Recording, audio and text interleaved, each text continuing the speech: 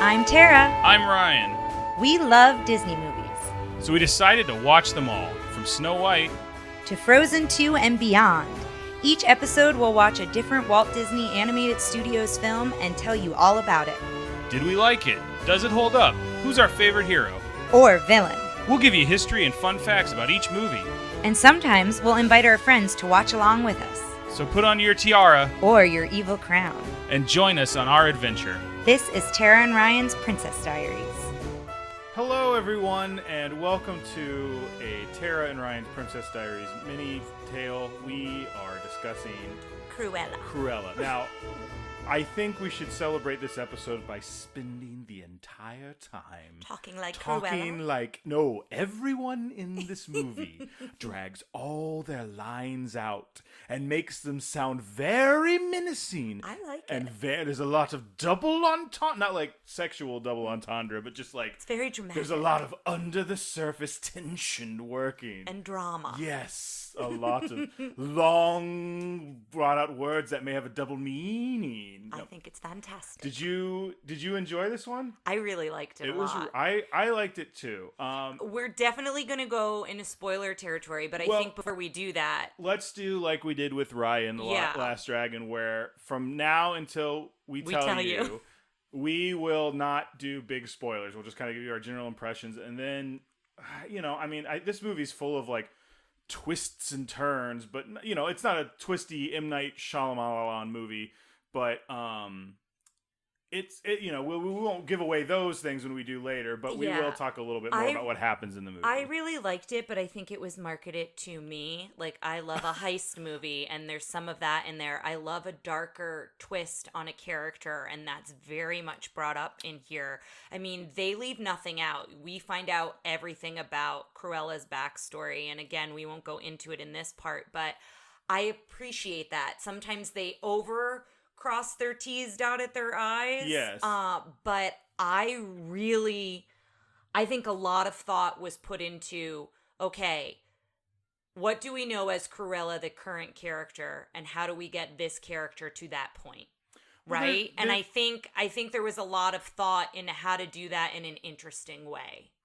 I want to talk a little bit about how we've all just accepted that Cruella is a fashion designer, which I think is something she wanted to make a coat out of the Dalmatians. And in the cartoon, we talked about this when we did Glenn Close's version. That's what I'm going to talk about. Yeah, they kind of adopted the Glenn Close fashion designer. And that's kind of what I meant by they've taken everything we currently know about Cruella and they elevated it and they connected the dots in between all of the different films that have existed about her. And I was saying, I think credit where credit is due. Not only is this, something that's taking influence from the 1961 animated movie, I think, going back to, that was our first MiniTale. Yeah. And we were just like impressed at how much we enjoyed that movie. Mm-hmm. And apparently it's had a influence.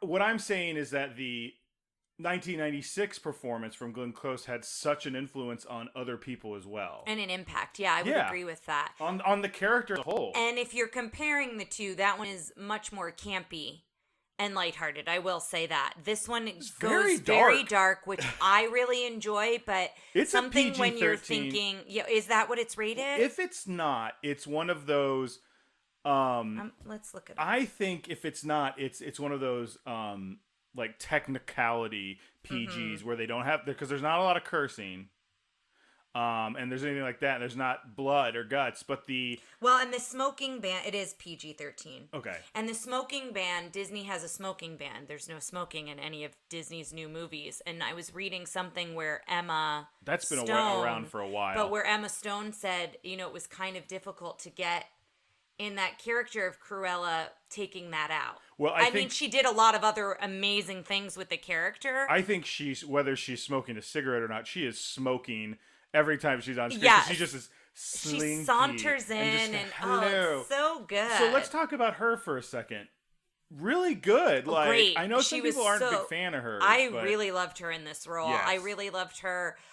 You see her in two different lights because we learn that Cruella grew up as Estrella. So you do see who Estrella is. I think it's Estella. Oh, Estella, excuse me. Yes, you're right. You see who Estella is and you see who Cruella is. And I think Emma Stone did a really good job.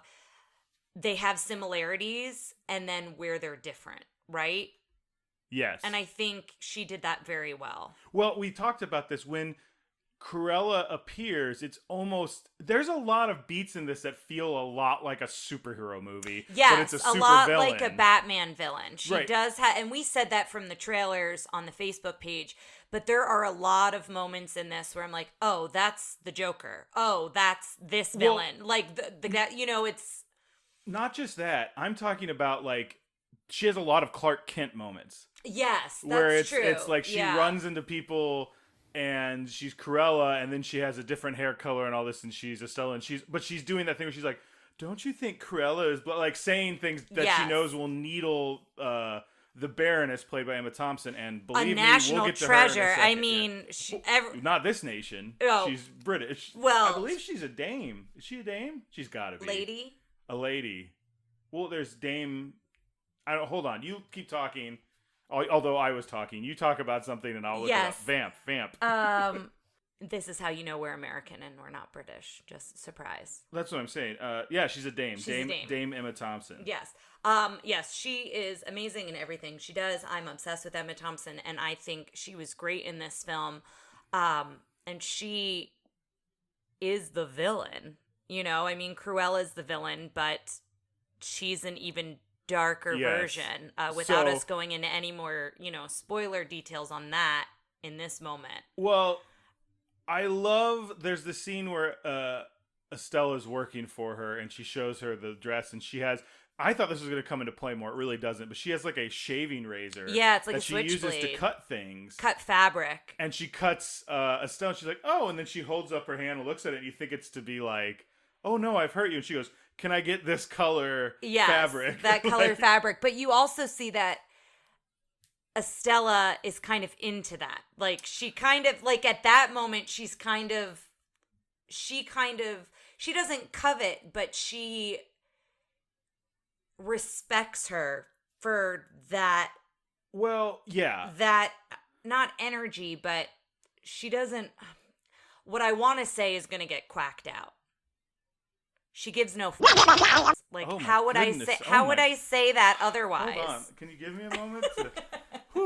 How would you say that otherwise? No, well, it's interesting because I think what they took out of this story of Cruella and what makes Cruella an interesting character and one that's beloved by a lot of people, she was our number one villain. She was our number one villain for 30 years until Ursula came along. Yeah. But I think there's something to be...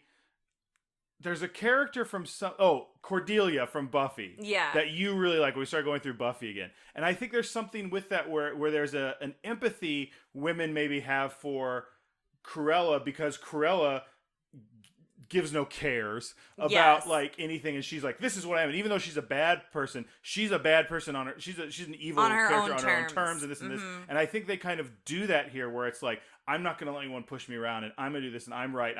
She says something at one point. She's like, I'm brilliant, I'm bad, and I'm just a little bit mad. And that's in one of the trailers too. Yes. I've seen that. And I think that kind of sums up her character, and I think that's why she's appealing to people. And I think there's something there with the Baroness where she's gone into a route where she's way, way worse as a person. Yeah, she's irredeemable, whereas what we're watching, we could see Cruella turn a corner, potentially, one way or the other. Well, let me talk about that, because I think one of the things we talked about in Maleficent and with some of these movies is the need to make you like the main character. Well, to make them somewhat redeemable. And I think this is somewhere like if Maleficent is on one side where it's like we have to make Maleficent a likable character who's been misunderstood, and you have Joker, like the movie Joker, on the other side where it's like you don't like Joker, you just kind of see how he got there. Yeah.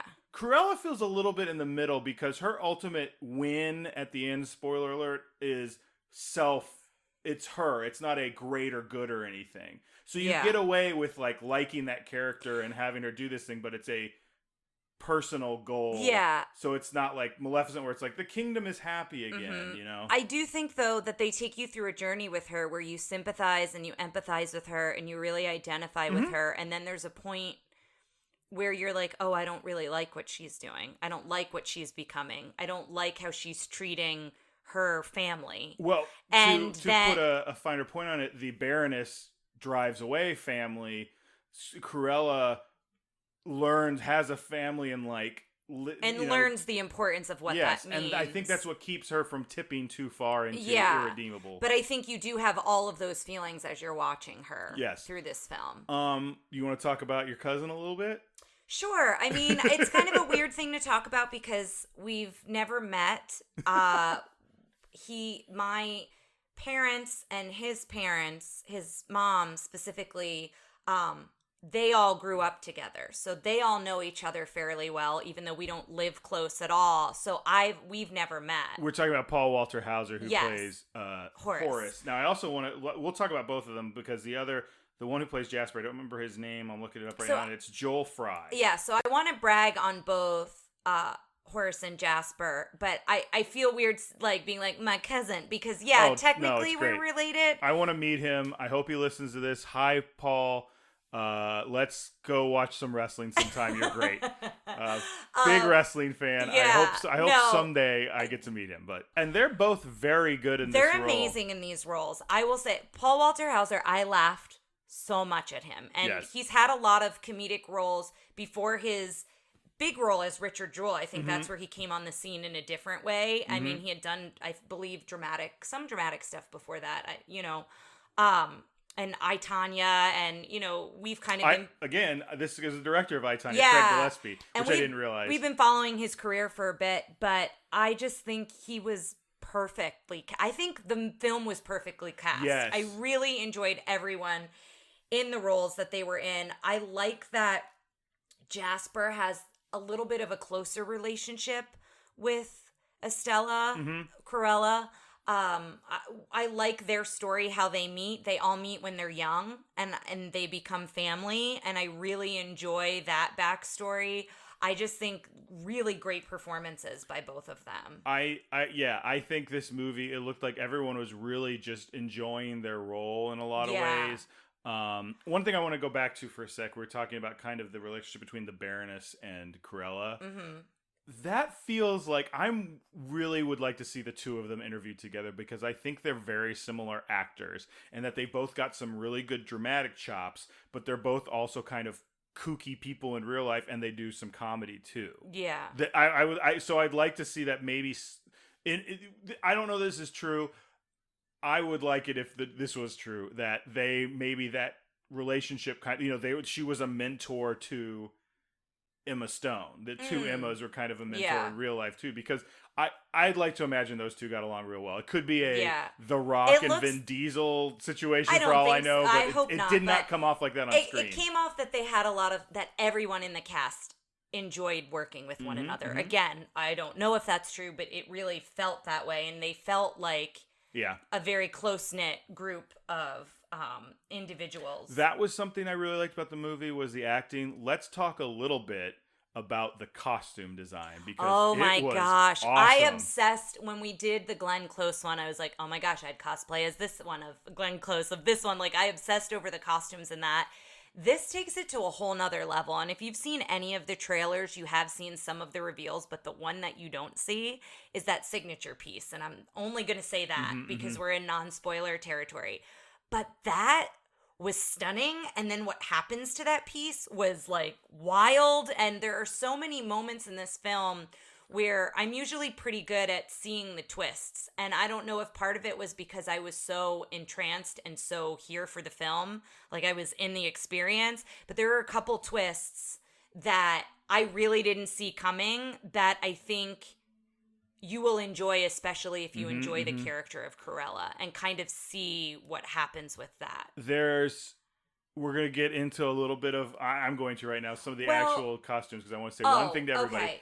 The costume she does where she gets up on the car and it's like that. The garbage truck costume? No. The one before that where they tie the Baroness into the car. And and it's like medals and stuff. Didn't that look like Radigan? Didn't that have like it real did, like when Radigan introduced Radigan? We see that in one of the trailers. You see her with the medals, but I don't see. You think the full reveal? Yeah, and the full reveal is so brilliant because what she's doing. The statement she's making with it. Yes. And the garbage, I'm going to just say the garbage truck dress again. The garbage truck dress is great. So good. But this is a movie about fashion, but even the fashion at the beginning, because she meets up with Horace and Jasper. They talk about how they become thieves together, and she sews all their costumes. Together. Yeah, she does all their disguises. And those just like the 70s British suits. Yeah, the maid outfit, the bellhop outfits. Not even that. I'm just talking about when they're looking nice. Like I was trying to look like I'm sure you were looking at some of the female, like the women's fashion and going, oh, look at that. I'm looking at like the men's cuts of the suits and stuff. Yeah. I love that look. Now, we recently did Aladdin, 2019's Aladdin on here. And it's funny to me because if you would have shown me a clip from Aladdin and a clip from this movie and gone, which one was directed by Guy Ritchie? I would have said this because I feel like the fashion in this one is always what he's trying to do in Lock, Stock, and Two Smoking Barrels, Snatch, and all his movies are that he always wants like criminals to look like this like well-dressed 70s look like they look in that movie. So if you've seen those movies, you get an idea of what they look like. I mean, I could go on and on. Her lipstick, where she comes up on the motorcycle, and the lipstick has like glitter in it. Oh yeah. Which I'm sure is completely uncomfortable to wear or do anything with. But there's just the makeup, the costume, everything. What I like about this is there was so much attention to detail. Everything was thought out, and I think it just made for such a good film. I was gonna say the things that you're saying, everything attention to detail. I think this could have gone a little bit edited a little bit better. There's some parts that were kind of drag in the middle. There's a part where you and I went, how much longer is this? Kind of like if it's divided into fourths, like the third, fourth. Yeah, I would say that, but I guess what I mean by attention to detail is like everything as far as the costumes, as far as the story. I just think there was a lot of thought put into what makes this character interesting? What do people want to see? Yeah, and then also taking into account what we already know about the character. Yeah. They didn't erase anything that we already knew. They incorporated that. I guess that's maybe what I was trying to say. I wanted to highlight just a couple other like general things that we really liked. Okay, and then we'll move into a little more spoily territory. Yeah, the opening is black and white, which I just thought was really cool. Except for Disney's in red. Yeah. But when you see the castle, it's in black and white. So that was just fun.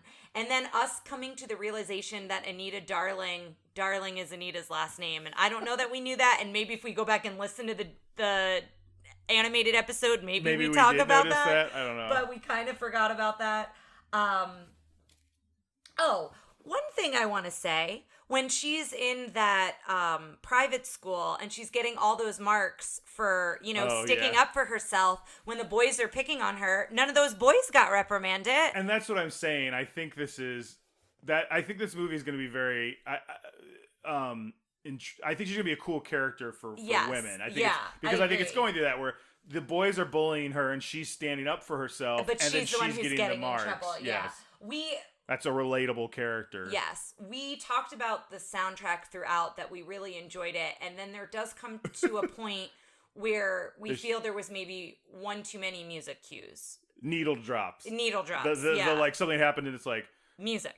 Yeah, like they play like Queen or something. And like, I think they could have trimmed out a lot of it. They could have trimmed out a couple, but I will say I really enjoyed the selections for the most part. I will say one thing, and I don't think this is a spoiler, but...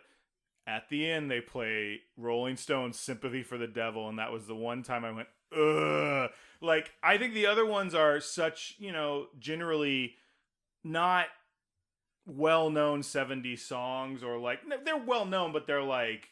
I think there was a good amount of well-known music if you listen to that There's kind of music. There's a lot of it, but I never was like, oh, this is too on those. Remember when we watched Suicide Squad and we were like, what is this? Yes, yeah. It wasn't like that, but the one that was like, this is too on the nose was Sympathy for the Devil at the end. I was like, if I was in the theater, I would have been like, boo. Oh, you would not have. Well, let's talk about that for a little bit, because we thought about seeing this in a theater, but we ended up not. We stayed at home, but how the heck, Tara, are we going to watch a movie in a theater? We pause. We talk about I stuff. know. Now that like, we've done this podcast for the last year, it's going to be hard to go back. I don't know if we now want to kind of go into a little bit of... Yeah, if it, so from now on, guys, we're going to have some spoilers. If that all sounded good to you, like, real quick sum up from me is... I think if you saw this and you thought you were going to enjoy it, there's a good chance you're going to enjoy it. I think it's totally worth it. For us, everybody's finances are different. It was worth it for us to pay for it on Disney Plus. For us to go to the movies together, 2 of us was going to be $24. For $6 more, we got to watch it. We watched it at home. I will say I think it is worth it to see it in the theater, and I think it would probably be even more enjoyable to see it on a big screen. Just not with us, because we would have talked the whole time. Because apparently, yeah. So, okay, now that those jerks are gone, here's the real skinny guys. We're here to tell you, now that all those other guys... No, I'm just kidding. No, it was great. Like, we're here to continue to tell you it was great. But there are some really dark moments. So, and maybe we should have said that before the spoily territory. I think we said it earlier. Okay. We're good. I had a lot of like, listen, oh my God. I'm not here to parent your kids for you, okay? True. I had a lot of oh my God moments, like when her mother gets attacked by the dogs and falls off the cliff. Yes. I did not see that coming. So, well, I did, because apparently that got out on the internet, was that Cruella's mother was killed by Dalmatians. Everyone's been like, well, this is too on the nose. What, is Ursula's mother killed by a pair of legs? I will say, like, the way that they did this story... That's not the whole story. It's not the whole story. Too many spoilers. I don't want to. Yeah, I don't want to go into the whole story, but I will say the relationship Cruella develops with the dogs, I actually really appreciate and enjoy. And they don't. The thing isn't like her mom is killed by Dalmatians, and she's like, "I will have revenge on all Dalmatians." The Dalmatians are just there. She blames herself for the murder, and then later finds out it's somebody else may have done it. Baroness. I think that's about middle of the movie reveal, quote unquote. The first but time again, we are talking about a lot of reveals here. Yes. I also let me just say one thing. If you wanted to go see a Cruella movie and you heard that her mother was killed by Dalmatians and you're like, well, that's just stupid. You know what? Don't go see this movie. It's not for you. I think it's not nearly as goofy as it sounds, but like, if you're already going in with your defenses up like that, you know what? Don't go see this movie. Oh, I don't know about that. I think your mind could be changed. Because I don't think it's what it appears to be. I don't know. I think you're a very cynical person who doesn't enjoy lightness and good things in your life. We're really going off on a tangent here. But no, there were so many, like, just, again, talking about, like, attention to detail and little moments. I love that she wants to be a fashion designer since she's a child. Mm-hmm. I love that she's different from everyone else. We find out that her hair, she was born with black and white hair. That I love. I love that that's her. And they don't ever say anything. What that is like they set it up as it's this very British thing of like, that's not the normal, that's not the status quo. Everyone is like, oh, I'm so sorry for you, to the mother when she's pushing the baby and stuff. And that just, I think that's why this movie worked, is it was that like very British, like, she's punk rock. You brought it up. Yeah. It's in the 70s, but her fashion design is like, getting into that, like, she's David Bowie. I mean, the future, she's very much future and past in some of her designs as well. But she's, like, taking many different colors and patterns and mashing them up together. Yeah, I love the scene where she gets drunk and designs the window. Oh, yeah, she steals her really boss's liquor. Yeah, that's really great. We talked about her meeting Horace and Jasper Young. I really enjoy their relationship a lot. What I was saying earlier, without really trying to spoil it, is you do get to a point when she starts being really cruel to them when she's Cruella. She's no longer Estella. Can we back up real quick and talk about that? Or put a pin in that? We'll talk about that, why she's Cruella and Estella. Oh, sure. So go ahead. So when she's Cruella, she's being very mean to Jasper Horace and Horace. Jasper. I'm sorry, I didn't mean to derail you there. Oh, okay. And all I was going to say is it gave me go away heat. We rate our villains, and I think she had go away heat there. Up to that point, you're 100% with her. You feel for her, you understand her motivation, you're with her. But then when she starts acting like how she treats them in the animated version and how she treats them in the Glenn Close version, I liked it less because I saw how nurturing they were as a trio, right? Yes. Whereas in the other two versions, you don't get that relationship. Yeah. So I found that interesting. Well, they feel just and like it comes hired full goons. circle, They feel just like hired goons in the animated in the other one, ones, and they don't yeah. have a history together. Yeah. So we've talked about her being Estella and Cruella.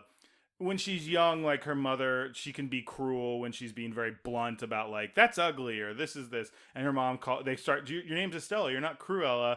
And then that becomes like, you need to put Cruella aside. And Cruella eventually emerges as like a second identity. Yes. So yeah. just as when we keep saying back and forth, they don't just one day she's like, I'm going to be called Cruella now. Like there's kind of a history behind it. Whether you like that or not is a whole different thing. I think they did it well. I enjoyed it. The bigger thing to me is when she's Cruella and she's wearing the super white makeup just around the lair. I was like, that's a little ridiculous. Yeah.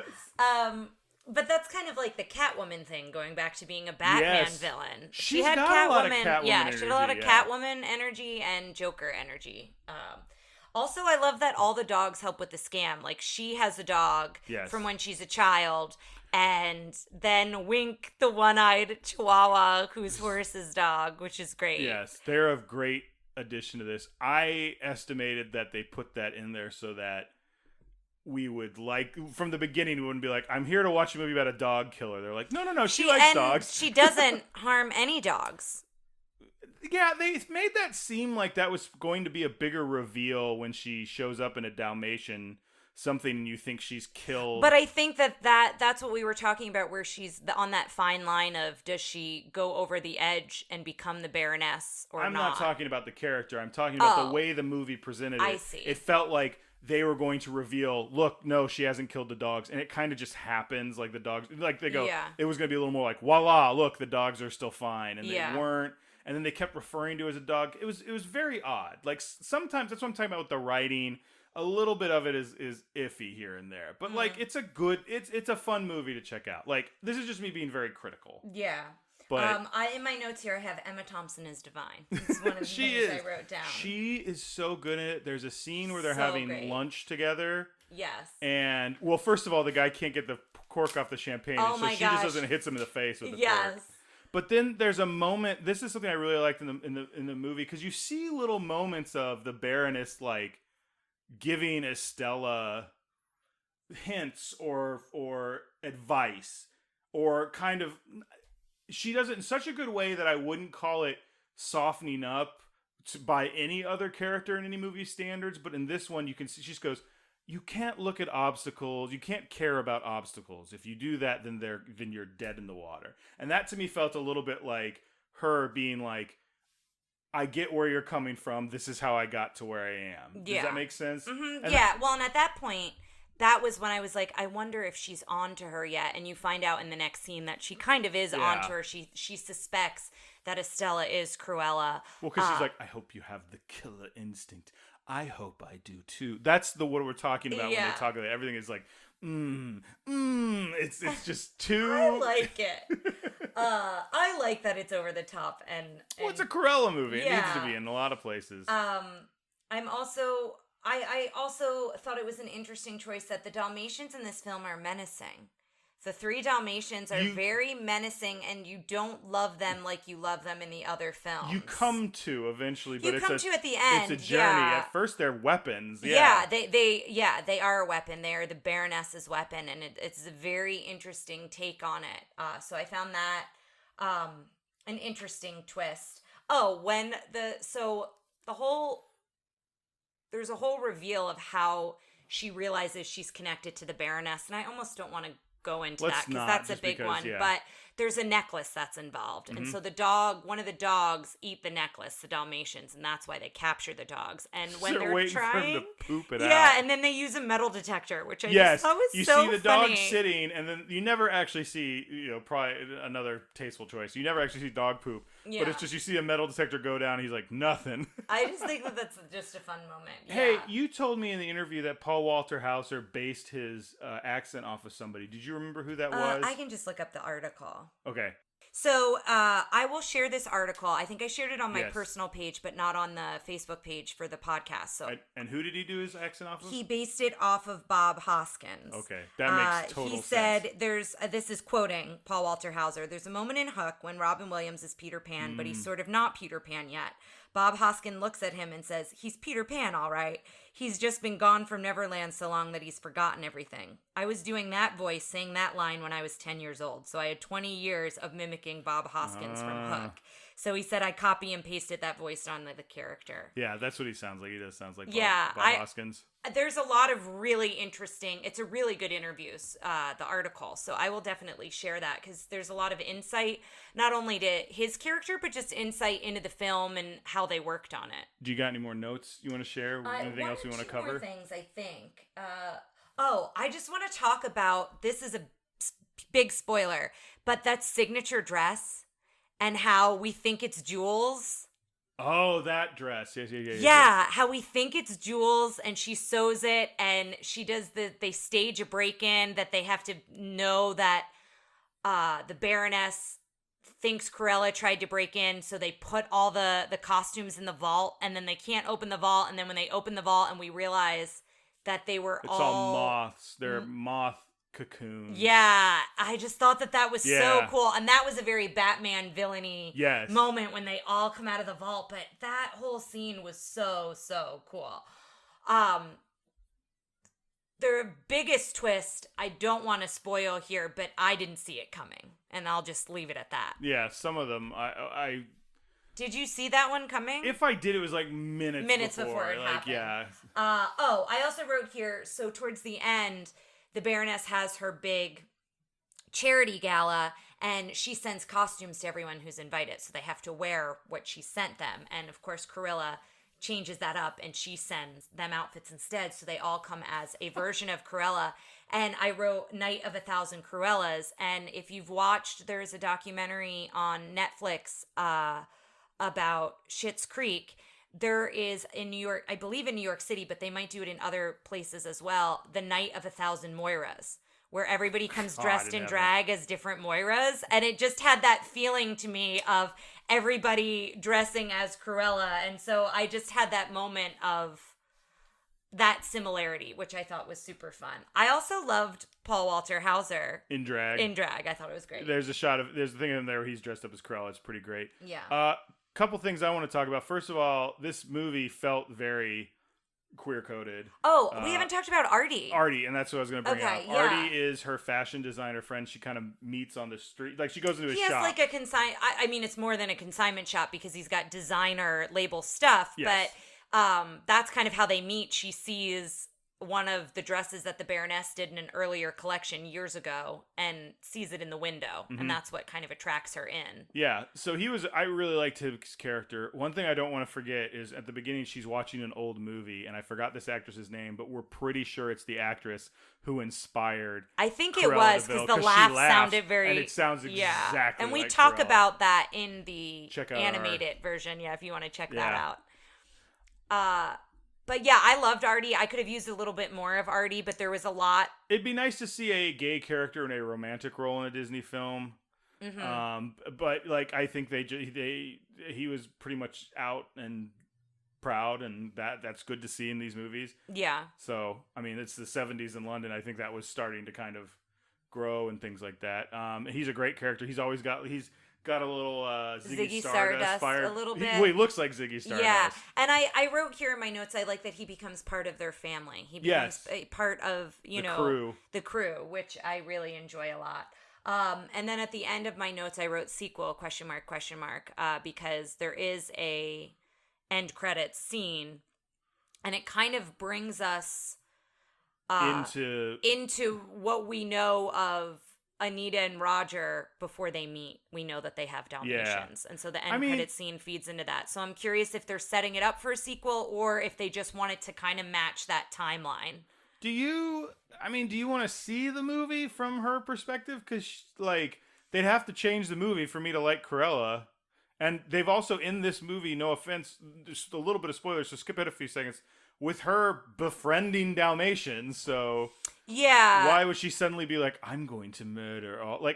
I still feel like we haven't quite gotten to puppy killer Cruella. She hasn't completely snapped. She snaps in this film for sure. I'd rather see another heist movie with her. Yeah. Where we're just... she can stay this character in the live action world. I'd be fine with it. Yeah. She doesn't need to be a full-on villain. She's just like a catty anti-hero. Yeah.